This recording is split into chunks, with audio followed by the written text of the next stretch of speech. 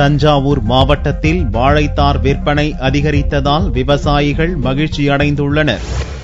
பொங்கல் பண்டிகையில் கரும்புக்கு அடுத்ததாக வாழை முக்கியமாக பயன்படுத்தப்படுகிறது.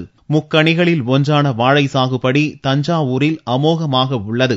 திருக்காட்டுப்பள்ளி, திருவையாறு, நடுக்காவேரி, கண்டியூர் பகுதியில் வாழை சாகுபடி அமோகமாக நடந்து வருகிறது. வாழை வியாபாரம் போன மாசத்துல கொஞ்சம் விலை சரிவா இருந்துச்சுங்க. இந்த வாரத்தில் கொஞ்சம் விலை கூடி இருக்கு. பொங்கலுக்கு ஓரளவு நல்லா இருக்கும் வியாபாரம்.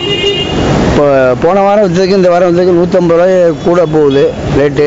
ஒரு சில தாருங்க கொஞ்சம் குறைச்சி போகுது.